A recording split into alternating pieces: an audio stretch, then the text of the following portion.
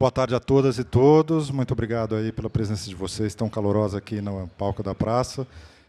Queria agradecer também ao Paulo e os organizadores da Feira do Livro de São Paulo. Indubitavelmente já um marco no calendário aqui da cidade. E para mim é um privilégio não só participar desse evento, como poder entrevistar o professor Fernando José de Almeida. E o tema dessa mesa caminha por um terreno que muitas culturas tentam evitar, mas que me parece incontornável, que é o luto. Acho que para alguns é uma dor que não se nomeia, num tempo que se suspende diante da perda, mas a nossa perspectiva aqui é de um livro escrito de pai para filha. Eu acho que, apesar da singularidade dessa abordagem, ela serve de espelho para todos nós. O nome do livro é Elogio à Saudade, um ensaio afetivo que o Fernando escreveu a respeito da relação dele com a Lorena, a sua filha, que morreu precocemente. Como o Paulo disse, o Fernando é professor, filósofo, uma vasta produção acadêmica, uma referência nos estudos acerca da educação, mas aqui ele apresenta uma faceta literária. Eu acho que o Elogio à Saudade tem uma narrativa tão intensa quanto breve. Eu faria aqui talvez uma analogia com a própria existência da Lorena, em que o Fernando se abre sem oferecer respostas prontas, consolos fáceis, mas ele entrega a sua dúvida, o seu choro e a sua insistência em continuar respirando por meio das palavras, né? Eu acho que o livro é uma espécie de testemunho de alguém que tenta transformar o real da morte em algo passível de ser compartilhado. Fernando, eu já te disse isso privadamente, mas aqui na frente de testemunhas, é uma grande honra poder entrevistá-lo aqui e acerca de um tema que é tão importante para todos nós, que é como lidamos com a finitude.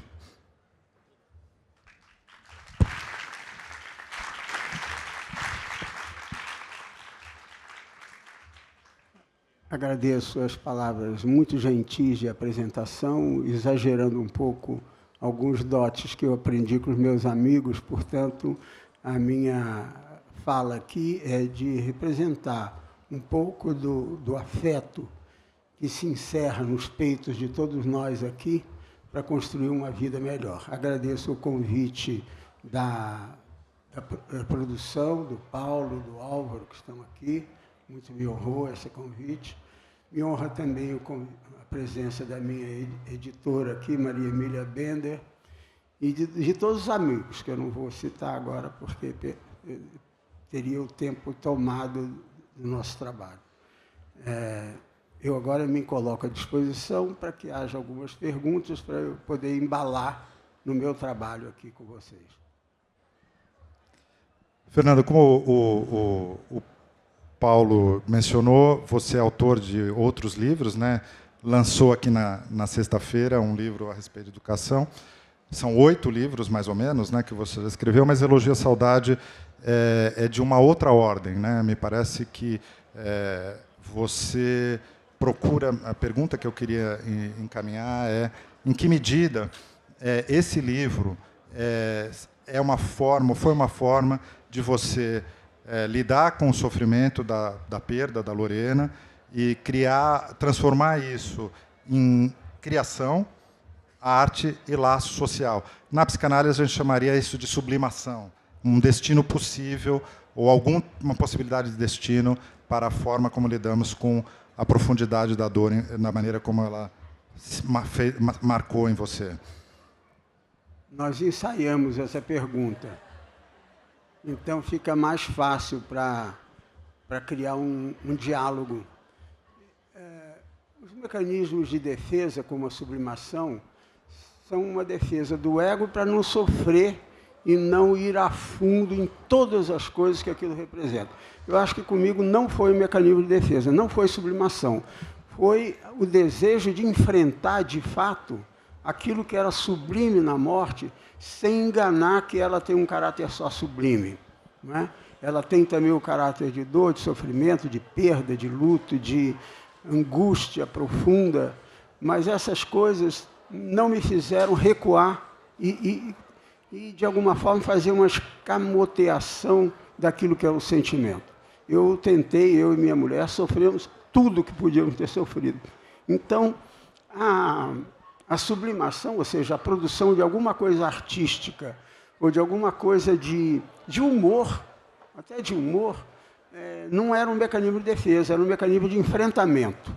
Então, a sua pergunta, não é, Robson, me ajudou muito a aquilatar, a ajustar o conceito que eu tive ao fazer alguma coisa que se aproximava da arte, que se aproximava da dor e da alegria. Não é? Foi um enfrentamento e não foi um mecanismo de defesa. Mas vale também, tem uma simbologia muito forte. Uhum. Agora, o Fernando, o livro tem um recurso estilístico muito interessante, quer dizer, ele tem uma sofisticação na forma como você criou, nas referências. É um livro bonito, e isso está muito claro, essa preocupação com isso, com esse tratamento estilístico do livro. Como é que foi esse processo para você? Foi uma preocupação, de fato? Eu queria que você comentasse um pouco esse seu processo de elaboração. Essa pergunta ele tinha me feito, eu não ensaiei. Eu vou ter que começar do zero aqui. Uma das coisas mais importantes que aconteceu na escrita do livro foi o processo de desenvolvimento dos textos. Eu fui convidado para dar uma palestra, ou melhor, dar uma entrevista sobre a questão do luto num site especializado em luto. E fiquei com medo de fazer isso, porque, primeiro, que o que eu digo não é necessariamente o que sai escrito. Então, eu digo, eu vou me proteger de possíveis distorções, eu escrevendo pessoalmente.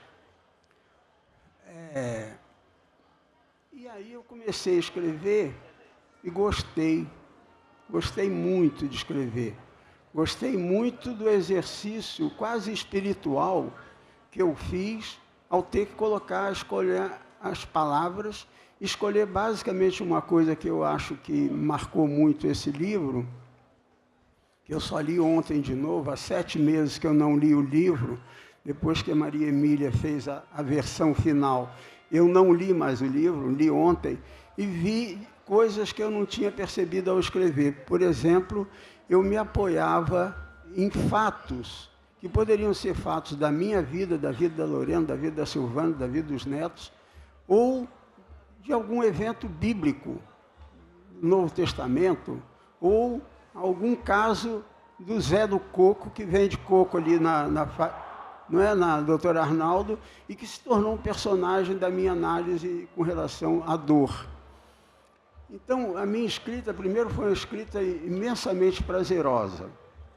Em segundo lugar, muito terapêutica, né? Parecia eu chorava e ia para frente, continuava, fazia escondido da Silvana, porque eu escrevia à noite, altas horas. E escrevia 3, 4 páginas por dia. Esse processo de buscar... É a polícia militar que está se formando. Está aqui, não é? Interessante. Marcha lenta, né? Então não sai do lugar. Tá certo.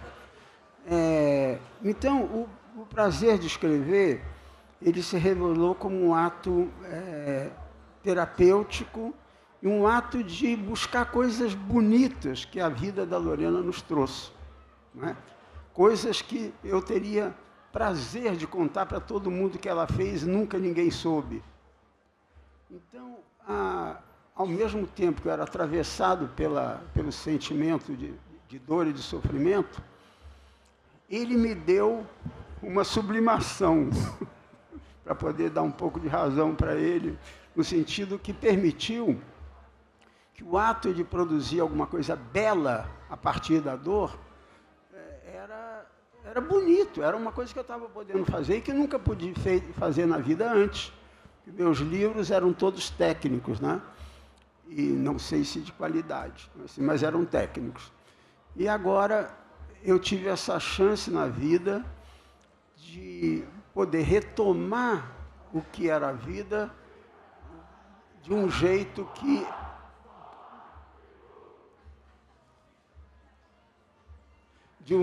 que me desse não só compreensão, mas me desse basicamente uma alegria. Quer dizer, o processo de escrever foi um processo de alegria. Não é? Eu estou vendo o Andrés Brusoni lá atrás, dizendo isso, que foi a pessoa que muito me inspirou nesse trabalho que eu fiz. Fernando, você foi jesuíta, né? Estudou para ser padre e é uma pessoa religiosa, né? Enfim, eu queria que você comentasse um pouco como a morte da Lorena trouxe para você a sua relação com a fé e, enfim, com a transcendência, enfim, como isso te impactou de outra maneira, né? Te atingiu de outra maneira.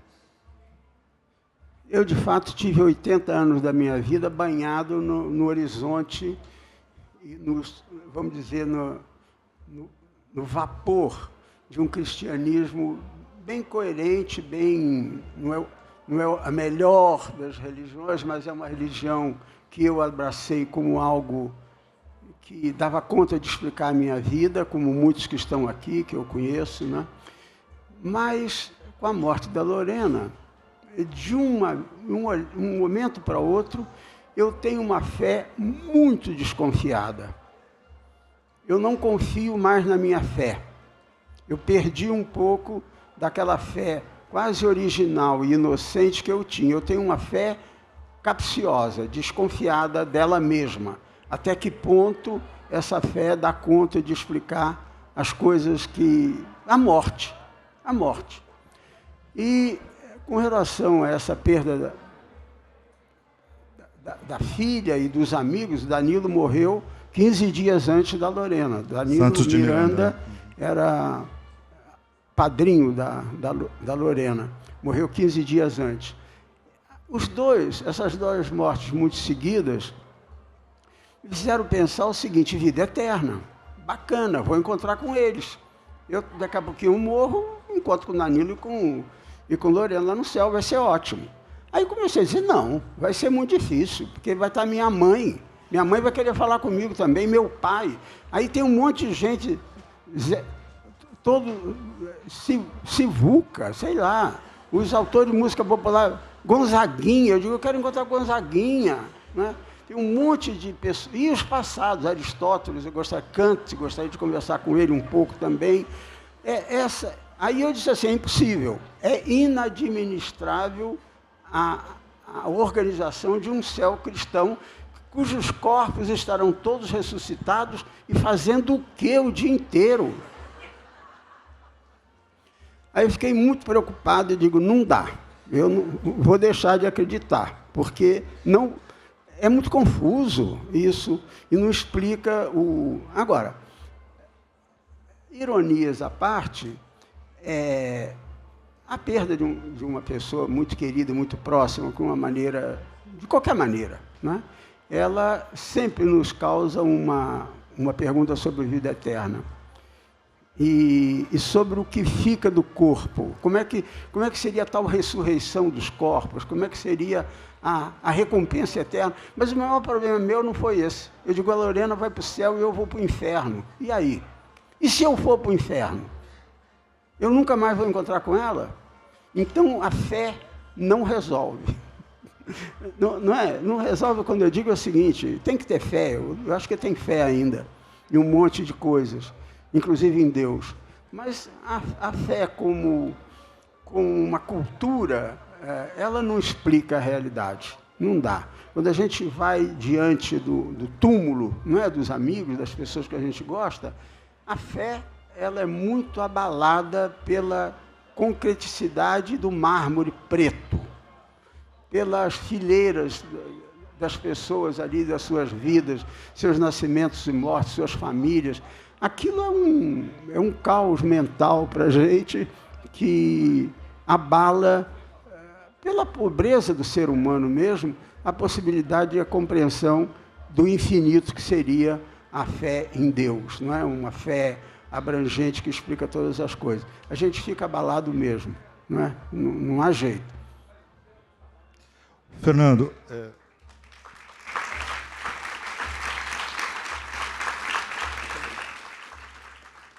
você citou o André Brusoni, que está aqui, né? E como o texto dele foi importante para você, não só escrever o livro, mas, de alguma maneira, dialogar com o seu sofrimento em torno da morte da Lorena. Em que medida você acha que testemunhos como o do André e o seu próprio testemunho com o Elogio à Saudade, eles criam uma cadeia de significante que possa, de alguma maneira, ter uma relação com as perdas tão dramáticas, não sei se a palavra seria consolo, mas de tentar dar algum tipo de contorno para esse buraco, para esse vazio que essas perdas significam para nós. São pequenas frases que podem atrapalhar muito, como pode ajudar muito. O meu medo, após as primeiras semanas de morte da Lorena, era os consolos que não são consolos, irritam. Irritam no sentido de dizer, não, vai passar. Eu digo, não vai passar, eu não quero que passe. Quem é você para dizer que vai passar? Desculpa a brincadeira, mas assim, é isso que a gente sente. Segundo, não, um dia você vai encontrar com ela. Não quero encontrar com ela desse jeito, queria bom como estava aqui, para que eu quero encontrar de outro jeito que vai ser melhor? Não quero, não tem nada melhor do que esse que eu estava vivendo. Então, esses consolos parciais e assim esporádicos e muito cheios de companheirismo e boa vontade, não consolam. Eu fiquei meio resguardado de ouvir esses consolos. Não falava para a pessoa, mas sentia. Até que a Raquel, que está aqui, a Raquel indicou o Brusoni e disse, olha, meu chefe lá na editora Abril perdeu o filho também, parecido com você, escreveu uma coisa muito bonita. Posso te mandar? Eu digo, pode. Aí eu li, e assim, isso é o que eu precisava. E aí tentei localizar o André para conversar com ele. E a nossa conversa foi muito... Primeiro, ele resistiu um certo tempo, ficou uns 2 meses me dando um chá de espera.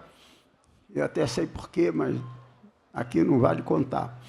Mas o André, quando veio me contar a história dele, aí foi a percepção muito fraterna e de almas gêmeas da compreensão do outro. E pequenas frases de amigos que nos entusiasmavam e que estimulavam, e eu estou vendo vários aqui, lá do lado de fora ainda, lá atrás, gente escondida, pessoas que me disseram coisas muito relevantes. Por exemplo, Zé Miguel Wisnik. Eu estava na fila do livro do Butch, que está lá atrás, e esperando, fiquei do lado do Zé Miguel. Aí, Zé Miguel também perdeu um filho de maneira bem trágica. E eu disse para ele, estou escrevendo um livro sobre minha filha, mas eu não sei o que vai acontecer com esse livro. Aí ele me disse só isso, está te fazendo bem escrever? Eu digo, muito bem. Se então fará bem aos outros, escreva o livro. E ganhou o autógrafo do Butch logo em seguida. E o Butch também me arranjou a mesma editora, que é o Seja Breve, para fazer esse livro meu aqui. Então, essas duas olhares, quer dizer, tem frases que são absolutamente lindas, cuidadosas, delicadas, mas que não fazem bem para a gente que está sofrendo. E outras que as pessoas dizem, não digo sem querer, porque não é sem querer, mas que caem no momento correto da vida da gente. Só tenho a agradecer às pessoas que cuidaram de mim nesse tempo, com pequenas frases, pequenas jaculatórias, chamava-se na Igreja Católica, né? Jaculatórias eram frases rápidas, pedaços de textos lindos, etc., que louvavam a Deus de alguma forma. Então, a gente tinha lá, como jesuítas, uma ideia de vez em quando, fazer jaculatórias, quer dizer, lançar ideias boas ao ar, a Deus, aos anjos, aos santos, seja quem for. Então, acho que eu recebi muitas jaculatórias de vocês e me ajudaram muito na vida. Fernando, você usa um conceito que é a ecologia da perda, né, que seria, se eu entendi bem, uma forma que ajuda a integrar novos valores, novas formas de vida após um acontecimento devastador. De que maneira isso operou para a sua forma de elaborar e de lidar com a morte da Lorena? Bom, nós todos aqui vivemos duas ecologias, uma ecologia do bem e uma ecologia do mal, né? Uma ecologia que qualquer coisa que você mexe estraga tudo. E outra que tudo dá certo que você faz. Então, o que eu busquei no meu processo de escrita, mas também do meu convívio com os netos, com meus amigos, com a minha mulher, com a minha irmã, com a minha outra filha, minhas outras netas, foi de descobrir o campo ecológico das coisas boas, das coisas que poderiam trazer uma boa recordação da Lorena e das pessoas que conviveram com Lorena. Então, ouvir alguma coisa boa das pessoas que conviveram com Lorena, mesmo que não fosse sobre ela, me ajudava a compreender a Lorena. Estou vendo aqui o Gustavo ali atrás, né? Né? Tantos amigos, tantas pessoas que vinham e se aproximavam da gente para trazer coisinhas boas. E isso foi, essa que eu chamo de ecologia. E tem duas ecologias, não vou falar, senão eu me emociono muito mais.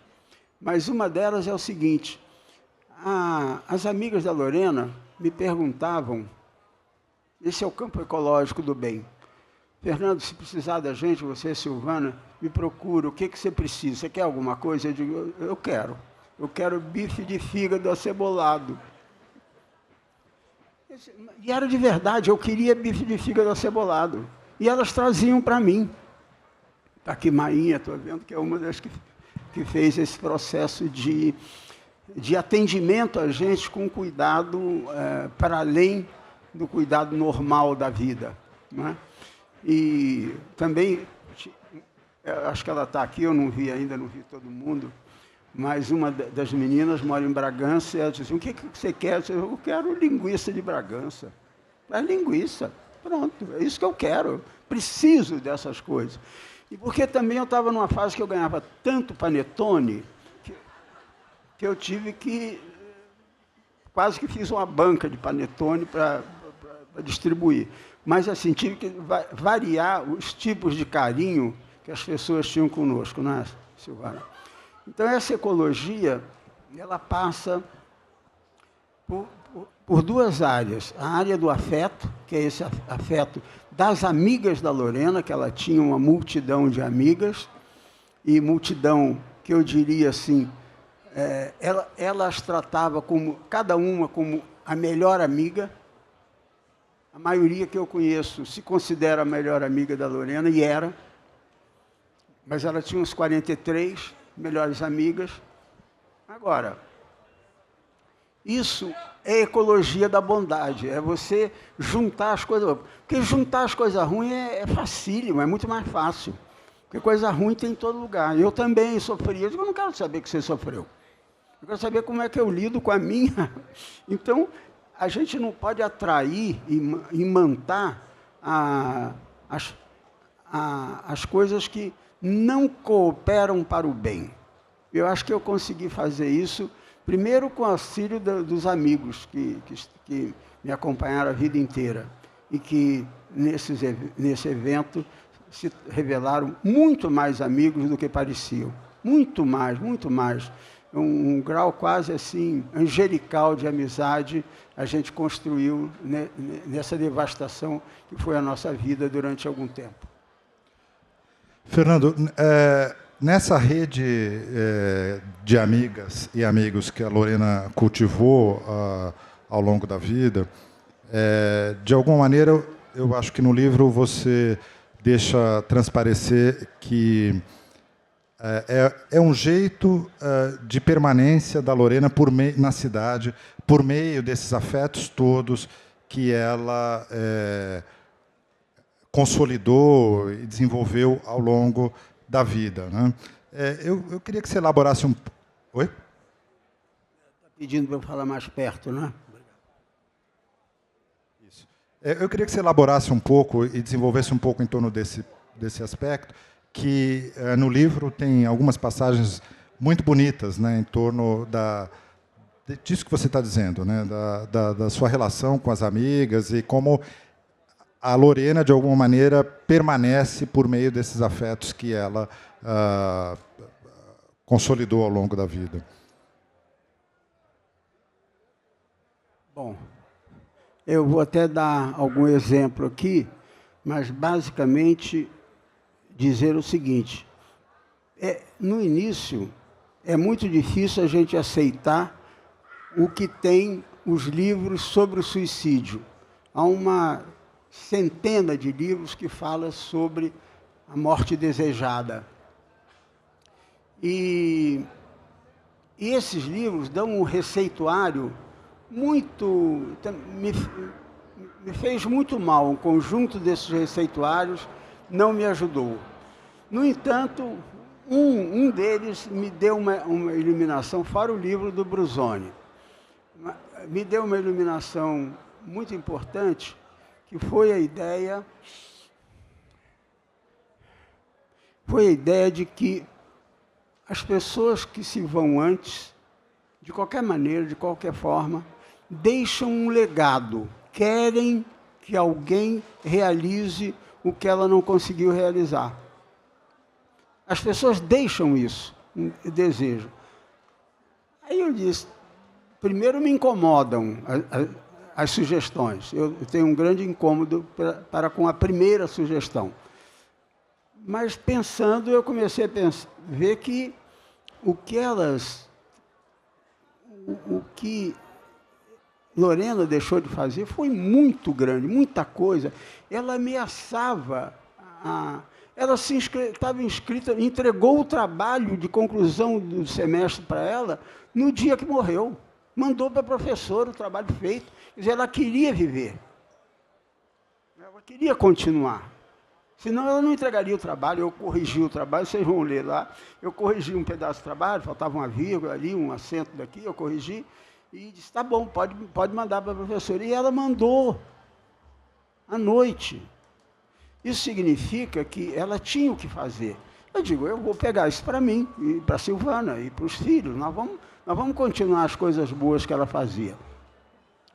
Então, isso é uma coisa importante, muito importante. A ideia de que não é só a recordação de coisas boas que ela foi para nós, mas a ideia de que as coisas que ela não completou, pode caber a nós fazer essa continuação da vida dela. Que nem sei se era dela, mas a gente cria como sendo dela. E isso é uma glória para nós.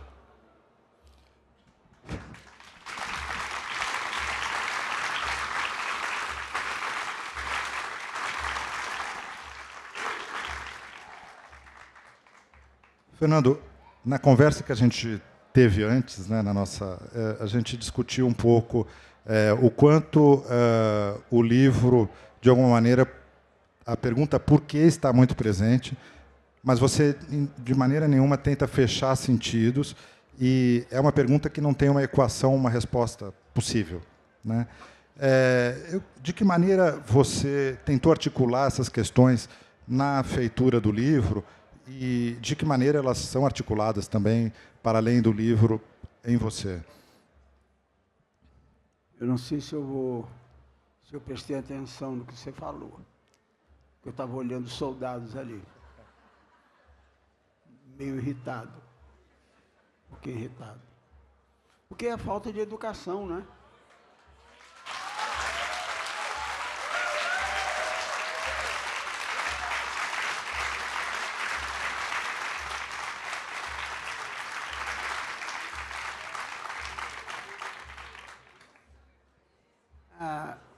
Eu não sei se eu prestei atenção, mas eu vou responder assim mesmo. Eu não Vamos sei lá. qual a pergunta, mas eu tenho a resposta. É o seguinte, uma coisa que me ajudou muito nas leituras foram as leituras sobre um filósofo que muitos daqui conhecem, chamado Paul Ricoeur, que eu trabalhei com ele no início do meu mestrado aqui na PUC. Os professores nossos, Severino, aquele pessoal todo que voltava de alguma forma, Geraldo Tonaco, Aquiles von Suben, voltavam da Bélgica, onde estudaram com Paul Ricoeur. Tá? Tive muita influência dele. Depois retomei Paul Ricoeur por conta do presidente da associação do Paul Ricoeur no Brasil, que é o Andrés Brusoni. Então, ele me retomou a leitura do Paul Ricoeur, que foi objeto, de alguma forma, do doutorado do Brusoni, e que a gente, mexendo na literatura, nos títulos, etc., tínhamos que anteceder sabendo que ele também teve um filho que se matou. O filho mais velho, Paul Ricoeur, se suicidou. E aquilo deu uma sintonia na gente para compreender da maneira ricoeuriana como é que é compreendido o sentido da vida, né? E uma das coisas que eu li com ele, aprendi e sofri, discordei, fui para frente, fui para trás, é que o suicídio é um ato de profunda consciência. Não é uma doença. O cara ficou doente, então se matou. É de uma profunda consciência e de uma subjetividade levada ao grau máximo. A pessoa tem tal consciência do que é a vida, de quem é ela, do que está fazendo, que ela opta pela vida encurtada. Mas optou pela vida, sabendo de todas as coisas que nós achávamos que era. Eu falei isso, conversei com Silvana várias vezes.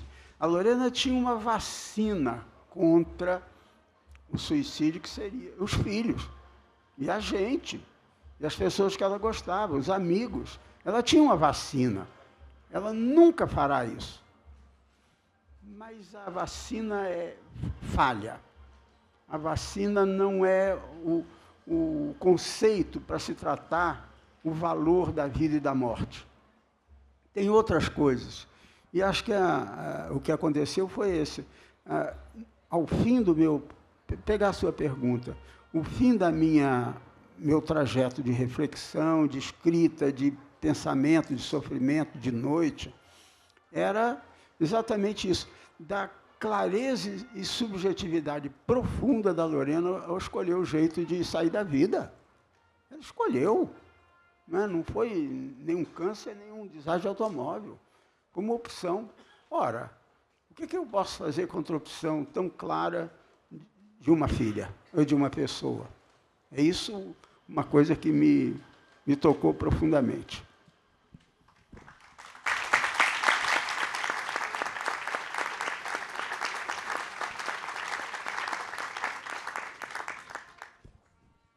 O Fernando, na nossa conversa anterior, me delegou para emprestar aqui a minha voz para um trecho do livro que eu escolhi aqui a pedido dele, e eu vou ler aqui, tá?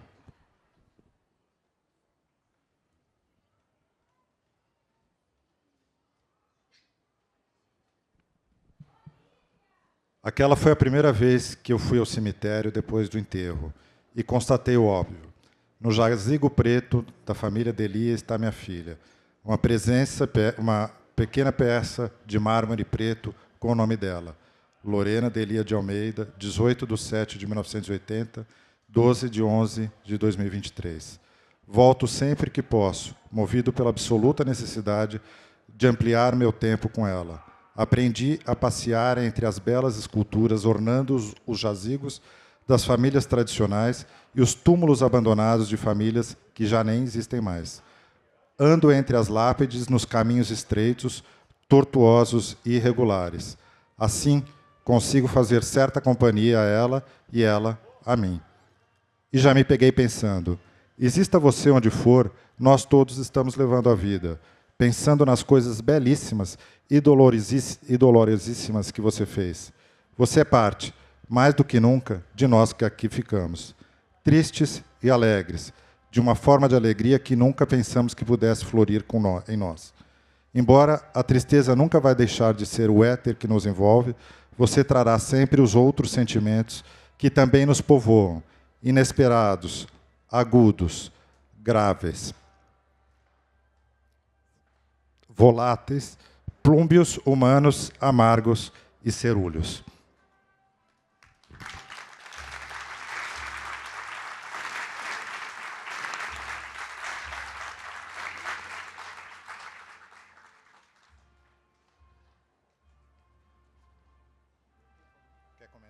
Quer comentar esse trecho?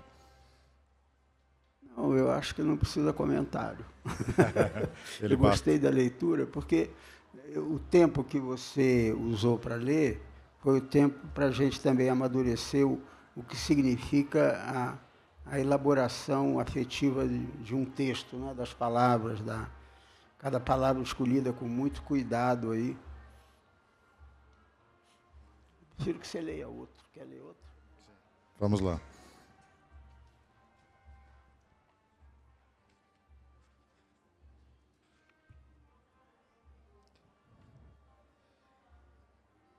Entrei, pois, no umbral da criação das peças, e nele, com a sutileza e a humildade de quem lida com memórias, busquei algumas que me permitissem ter uma visão mais ampla, generosa e corajosa do que é uma vida. Mesmo que fosse aquela vida que eu gostaria e imaginei que ela tivesse levado em 43 breves e intensos anos. Achei muitas peças do mosaico nessa busca. Reconstruí outras. Talvez tenha que inventar algumas, à luz do olhar da pessoa que sou. Em algumas dessas peças estou muito presente. Falo do que sou, não de forma abstrata e metafísica de ser, mas o que fui sendo e estou sendo.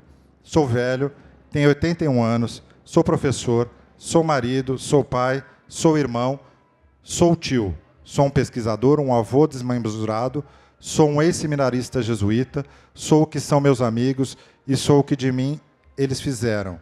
Sou padrinho de batismo de muitas pessoas queridas.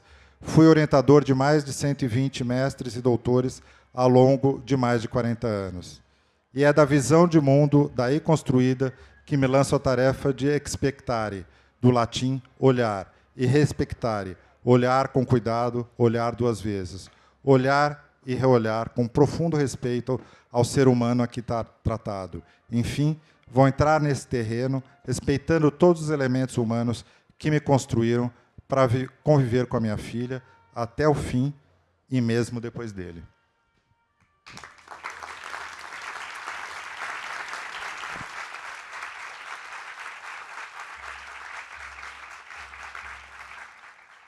Fernando, você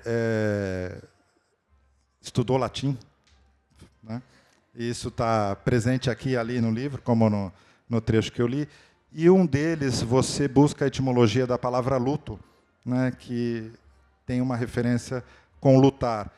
E de alguma maneira, parece que fez sentido para você o luto enquanto luta, né? Eu queria que você, de alguma maneira, elaborasse sobre isso, da forma como você tratou no livro. Eu agradeço essa pergunta, porque ele falou do latim. Eu e alguns, estou vendo aqui o Alipe e vários outros colegas meus que estudaram latim durante muitos anos, mas 11 anos, 12 anos de latim. Mas eu tive a oportunidade de fazer toda a minha faculdade, o meu curso de filosofia, os 3 anos, todos em latim. As aulas eram em latim, os livros em latim, e se eu tivesse pergunta a fazer, debate, era tudo em latim. A arguição final era uma arguição de 3 horas em latim. E não serve para nada. Foi bom ele ter falado, que valorizou um pouco a minha formação. Mas serve para essas coisas. Eu tenho uma mania de buscar as raízes das palavras e, com isso, facilita o trabalho. Só que meus netos, de vez em quando, não acreditam. Dizem, você está inventando, isso é invenção, não foi nada disso, para de inventar. mas eu não invento, às vezes eu invento. Mas as coisas são... O latim traz essa origem da origem, né? O luto é a ideia de lutar mesmo contra uma força poderosa que é o sentimento da perda. Ele dá uma rebordosa na gente, né? Revira a gente do avesso. Todo o processo íntimo da gente, os projetos intestinos da gente, eles são completamente mudados de lugar. Ora, a ideia do luto é a ideia de aquilo que a gente manifesta de sentimento. O luto é a manifestação do sentimento de luta. Então, quando se usava, no meu tempo de jovem, lá, o terno preto ou uma tarja preta na camisa como símbolo de luto, ou a mulher não ficava um mês sem sair de casa quando o marido morria, etc., são manifestações do sentimento. E o que eu acho que a gente vivenciou muito, eu e minha mulher também, e todos os parentes nossos, os netos, os grandes amigos, como que eu manifesto a dor? Sem ser alguma coisa que me torne incômodo no conjunto e, ao mesmo tempo, que revele o que eu estou sentindo. O que eu desejo é falar para todo mundo. No início, eu entrava no táxi e dizia, eu perdi a minha filha. O chofer de táxi parava, ficava catatônico, né? Perante essa... Ou seja, o sentimento da gente de luto, ele é um sentimento que tem que ter a delicadeza de quanto eu me intrometo na vida do outro ao contar a minha desventura e quanto que eu peço às pessoas encarecidamente que me apoiem. É muito difícil saber o que é intromissão na vida do outro sem o direito e o que é aquilo que as pessoas gostariam de estar comigo nesse momento. E aqui eu estou vendo um monte de gente que era isso. Quero estar com você e continuar mais com você à medida que você precisar de mim. Isso eu sinto profundamente. O que me salvou foram os meus amigos. É isso.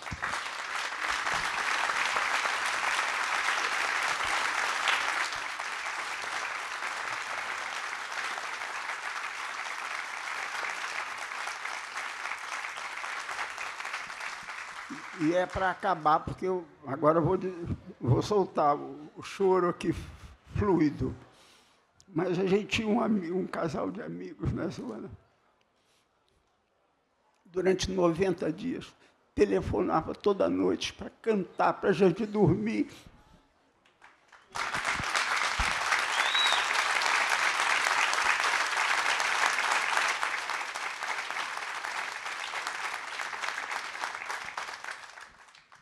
Eu estou satisfeito.